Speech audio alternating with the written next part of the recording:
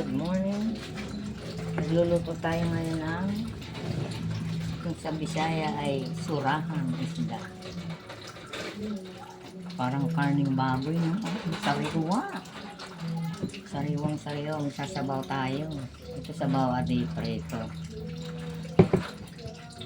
Tapos, ito lang ang ingredients natin. Kasi sariwang-sariwa naman saluyot, guys. Napakasarap ito, guys. Saluyot. Thank you sa nag-sponsor sa akin.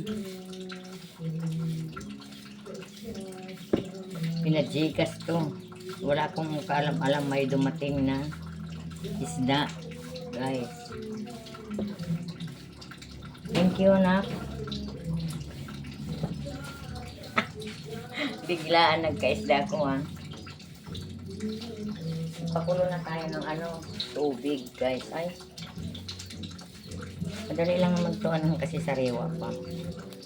Meron tayong ilagay lang ng sibuyas at sibuyas lang, saluyot, kasi mahirap dito sa probinsya, malayo ang palengke.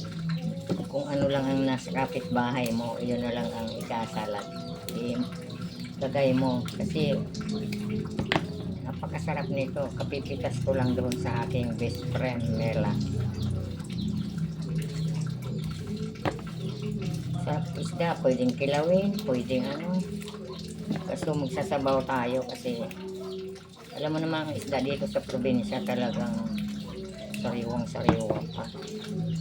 Kala mo karne kung hiniwa-hiwa na eh. Ang tawag nila dito is surahan. Surahan ba? Itong laking isda yan. Thank you. May pamangkin Hil sa delivery mo. Siya yung deliver na isda. Wala akong alam na may pajikas palang isda sa akin. Thank you, nak. Pinajikasan mo ko na.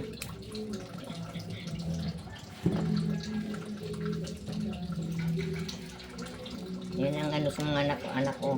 Tinutuka to.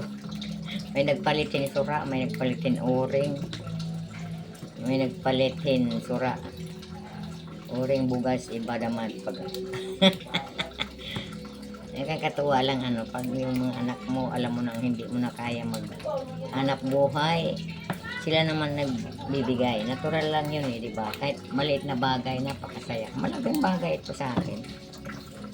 Kaya lang sobra lang talaga ang tuwa ko. Walang alam na may ulam ako ngayon. Thank you sa anak kong panganay. Ang akin namang isang sinagot yung uling. Tingnan mo. May kanya-kanyang sagot sila sa aking mga anak.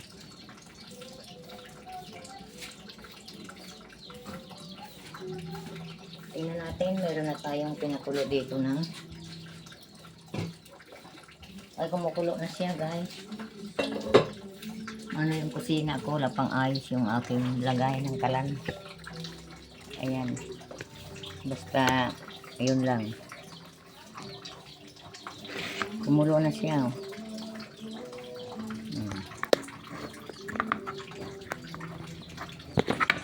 Kumulo na. Ngayon ilagay na natin ang isda.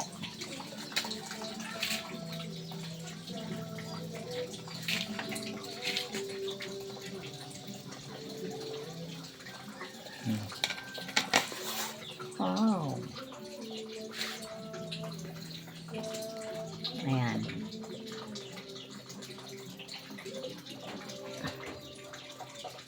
Kukuloy lang natin siya. Ayan, guys.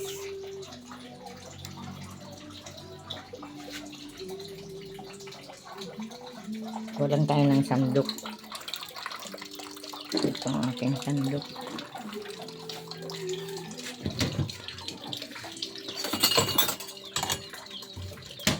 Tanggalin natin yung may bula.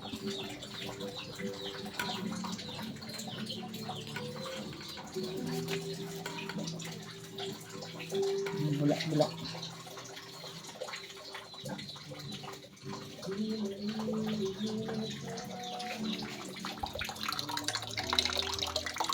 Ang ating lababo is mag-iipon ako ng tubig.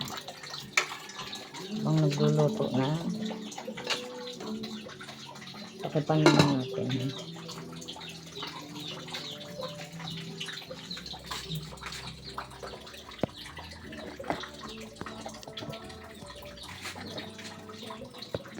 Ayan guys, ano lang natin, hintayin lang natin kung ano muna tayo. Yung aking patungan ng cellphone is ano na, hindi na kayang